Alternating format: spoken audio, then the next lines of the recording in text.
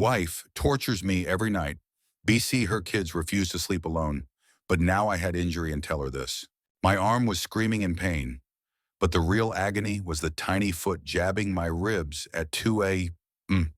Every night, my wife's kids, sweet, terrified little gremlins, crawled into our bed, turning it into a war zone of elbows and knees. I love them, but I was drowning in sleeplessness. And now, with a fractured arm from a work accident, I was done. It started 6 months ago when Sarah, my wife of 2 years, admitted her twins, Mia and Max, couldn't sleep alone. At 7, they were old enough to have their own beds, but nightmares about their late father haunted them.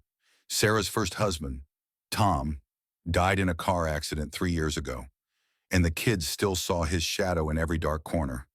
I got it. Grief is a beast, but I didn't sign up to be a human punching bag every night. Our bedroom was a circus. Mia would cling to Sarah, her small hands gripping her mother's nightgown like a lifeline. Max, bolder but just as scared, would sprawl across me, his knees finding my kidneys with sniper precision. Sarah, caught in the middle, would whisper apologies, her eyes heavy with guilt. I'd lie there, staring at the ceiling, counting the hours until my alarm blared at 6 a.m. for my construction job. Sleep became a myth, like unicorns or affordable rent. Last week, everything changed. I was hauling rebar at the site when a loose beam swung free, smashing my forearm. The crack was louder than my scream. Doctor's orders, 6 weeks in a sling, no heavy lifting. And here's the kicker, plenty of rest. Rest, I laughed so hard I nearly cried. That night, I dragged myself home, arm throbbing, only to find Max already camped out on my side of the bed, clutching a stuffed dinosaur. Sarah looked at me, her face a mix of pity and helplessness. "They need me," she said softly. I nodded, but something inside me snapped. I wasn't the bad guy. I loved Sarah, Mia, and Max. I'd spent 2 years building a life with them, tucking them in, reading bedtime stories about pirates and dragons, even learning to make Tom's favorite spaghetti recipe to keep his memory alive. But love didn't mean I had to sacrifice my health. The doctor's words echoed rest, or the injury could worsen. I couldn't afford to lose my job, not with bills piling up and 3 mouths to feed. That night, as Mia whimpered about monsters and Max kicked my shin, I sat up, pain shooting through my arm. "Sarah," I whispered, my voice raw, "we need to talk." She froze, her eyes wide, like she knew this was coming. I didn't want to hurt her, but I couldn't keep pretending this was sustainable. "I can't do this anymore."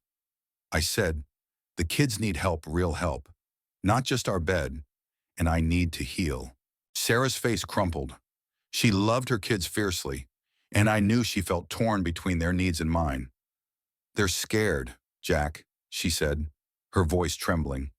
"They lost their dad. What am I supposed to do?" I took a deep breath, wincing as my arm protested. "We get them therapy. We set boundaries. They can't sleep here every night.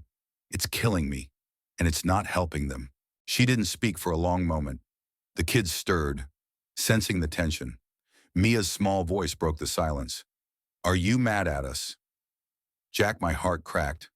I knelt beside her, ignoring the pain in my arm. "No, kiddo, I love you, but we all need to feel safe, okay? Even me." The next day, Sarah called a child therapist recommended by a friend. I wasn't expecting miracles, but it was a start. The therapist suggested a routine story time, a nightlight, and a brave bear stuffed animal for each kid to guard their dreams. We turned their bedroom into a fortress of glow-in-the-dark stars and soft music. The first night, Max cried for an hour, but Sarah stayed with him, then came back to our bed. Alone. It felt like a victory, small but real. It wasn't perfect. Some nights, one of them would still creep in, and Sarah would look at me, asking permission with her eyes. I'd nod, because love means compromise. But we set rules one kid at a time, and only until they fell asleep. My arm started healing, and I could feel my sanity creeping back. The real breakthrough came a month later. Mia drew a picture at therapy, a family holding hands under a bright sun, with Tom's face in the clouds, smiling.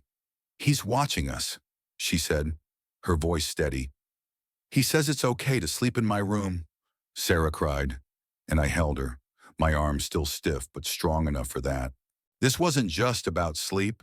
It was about grief, love, and finding balance in a family stitched together by loss. Sarah and I were a team, but we'd forgotten how to fight for each other. The kids were healing, slowly, and so was I. We weren't perfect, but we were trying. What do you think? Were we right to set boundaries? Or should we have let the kids stay in our bed longer? Share your thoughts. And